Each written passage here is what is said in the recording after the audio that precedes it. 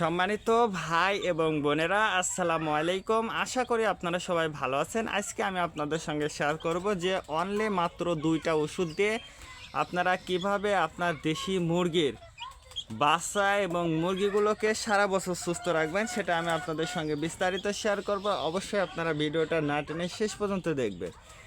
তো এখন কিন্তু আবহাওয়াটা খুব একটা ভালো না, দেখুন আকাশে মেঘলা মেঘলা। তে এই আবহাওয়াটাতে কিন্তু সবচেয়ে বেশি কিন্তু আমাদের মুরগির সমস্যা হচ্ছে, সেটা হচ্ছে জীবাণু রোগ। আর এই জীবাণু রোগের কিন্তু চিকিৎসাটা খুব সহজে আপনারা করতে পারবেন যদি আপনাদের রোগ সম্পর্কে যদি ধারণা থেকে থাকে, তাহলে আপনারা করতে পারবেন। আর যদি রোগ সম্পর্কে যদি ধারণা না থাকে, সেক্ষেত্রে কিন্তু আপনি এই চিকিৎসাটা করতে পারবেন না।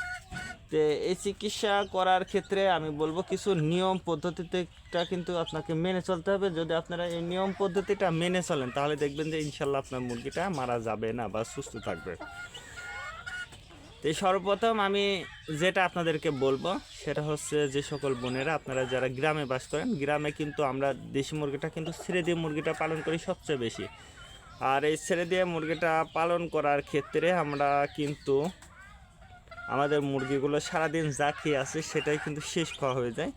আসলে যখন আপনার মুরগিটা ঝিমাবে বা অসুস্থ হবে, সেক্ষেত্রে কিন্তু আপনার অবশ্যই খাবারের কিছু পরিবর্তন আনতে হবে। যদি আপনারা খাবারের পরিবর্তন আনতে পারেন, তাহলে দেখবেন যে ইনশাল্লাহ আপনার মুরগিটা 12 মাস সুস্থ থাকবে। আর আপনার মুরগি যদি ঝিমায় বা ঝিমানোর রোগটা হয়, সেক্ষেত্রে কিন্তু অবশ্যই আপনার মুরগির চিকিৎসা করবেন, দেখবেন যে ইনশাল্লাহ আপনার মুরগিটা ভালো হয়ে যাবে।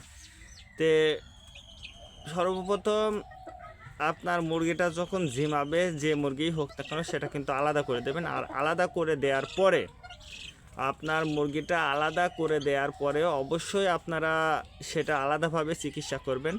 একসঙ্গে চিকিৎসা করবেন না, যে ভালো মুরগির সাথে খারাপ মুরগি কখনোই চিকিৎসা করবেন না। যদি করেন তাহলে কিন্তু ভালো মুরগিরও এই মুরগিটাও কিন্তু অসুস্থ হয়ে যাবে। এই জন্য অবশ্যই এদিক দিয়ে আপনাকে সতর্ক হতে হবে। তারপরে যে বিষয়টা আপনাকে মনে রাখতে হবে, সেটা হচ্ছে আপনার রোগটা নির্ণয় করতে হবে, যে আপনার মুরগি কোন রোগ হয়েছে আর আপনার চিকিৎসা করছেন কোন রোগে। এইটা কিন্তু অবশ্যই আপনার মাথায় রাখতে হবে। এইটা যদি আপনারা মাথায় রাখতে পারেন, তাহলে দেখবেন যে ইনশাল্লাহ আপনার মুরগিটা সুস্থ রাখতে পারবেন। এবং আপনার মুরগি সর্ব অবস্থাতে আপনার মুরগি কেমন আছে, সুস্থ আছে কিনা, সেটা কিন্তু নজর রাখতে হবে। চিকিৎসা পদ্ধতিটা কিন্তু আপনি 2 ধরনের করতে পারবেন। একটা হচ্ছে ঘরোয়া পদ্ধতিতে চিকিৎসা করতে পারবেন, আর একটা হচ্ছে আপনি ওষুধের মাধ্যমে চিকিৎসা করতে পারবেন।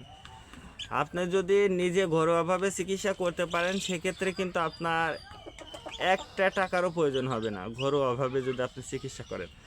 আর যদি আপনারা ছেড়ে দিয়ে মুরগিটা পালন করেন এবং ওষুধের সাহায্যে যদি আপনারা চিকিৎসা করতে চান, সেক্ষেত্রে আপনার টাকা খরচ হবে। এবং আপনার যদি এই অসুস্থতা ধারণা না থাকে যে এই মুরগিটার কি হয়েছে, এটা যদি আপনার ধারণা না থাকে, সেক্ষেত্রে কিন্তু আপনার মুরগি সুস্থ রাখতে পারবেন না। এই জন্য অবশ্যই এই দিক দিয়ে কিন্তু আপনাকে নজর রাখতে হবে যে আপনার মুরগির কী সমস্যা হয়েছে। আর সবচেয়ে বেশি কিন্তু এখন যে সমস্যাটা হবে, সেটা হচ্ছে ঠান্ডা এবং আমাশাজনিত সমস্যা। তার কারণ এখন কিন্তু রানীক্ষেত হওয়ার সম্ভাবনা নেই, তারপরেও বলা যাচ্ছে না, খুবই কম হলেও কম। আর রানীক্ষেত হবে না এই জন্য, তার কারণ একটা সিজনারি সমস্যা থাকে, সেটাই কিন্তু এখন। তার কারণ আবহাওয়াটা এখন কিন্তু অনেকটাই ঠান্ডা, অনেকটাই শীত, এবেলা ওবেলা আবহাওয়া কিন্তু চেঞ্জ হচ্ছে। এই জন্য আমি আপনাদেরকে বলবো যে অবশ্যই চেষ্টা করবেন মুরগির ঠান্ডাজনিত সমস্যার চিকিৎসাটা দেওয়ার জন্য। এবং দেখবেন যে মুরগির গাটা কিন্তু এখন অনেকটাই গরম। আমি কিন্তু আমার মুরগির ক্ষেত্রে আমি আপনাদেরকে বলছি, অবশ্যই আপনাদের মুরগির কী খবর আমি জানি না, অবশ্যই কমেন্টে জানিয়ে দিতে পারবেন।